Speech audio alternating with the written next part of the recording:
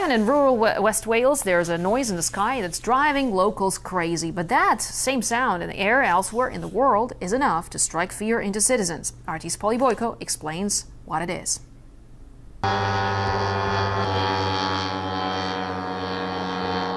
For victims in tribal regions of Pakistan, Yemen and Afghanistan, it's the last sound heard before bloodshed ensues.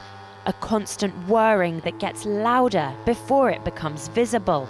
But for residents of the quiet coastal town of Aberporth in West Wales, the sound is synonymous with daily life. This is the area where the RAF tests its Watchkeeper drone from. As you can see, there's one taking off behind me as we speak. In good weather, the drones take off throughout the day and during the night. And as you can hear, the noise is so high-pitched and dominating that local residents have called this area the Buzz Box. For local people, the noise is a great disturbance because there's a whining noise and they fly over this area quite regularly.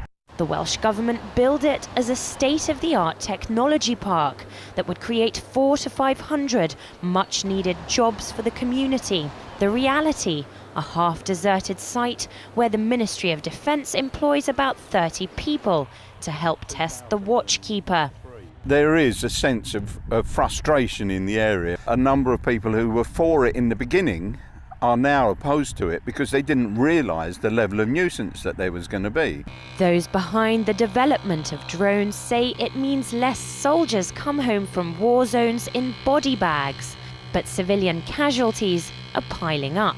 We know from Pakistan that somewhere around 2,000 to 3,000 people have been killed in drone strikes. Because of these unmanned systems, it's a lot easier to go to war, and therefore there will be much more warfare, and the world isn't safer. The British government has already spent £2 billion on development, but they're about to commit another £2 billion on a new armed drone. Of course, it could be better spent. It could be spent on hospitals and schools rather than on killing machines. Despite drastic government cuts on welfare spending, financing for the drones isn't up for debate. To the dismay of locals, the daily testing, along with the blood-curdling noise, drones on. Polly Boyko, RT, West Wales.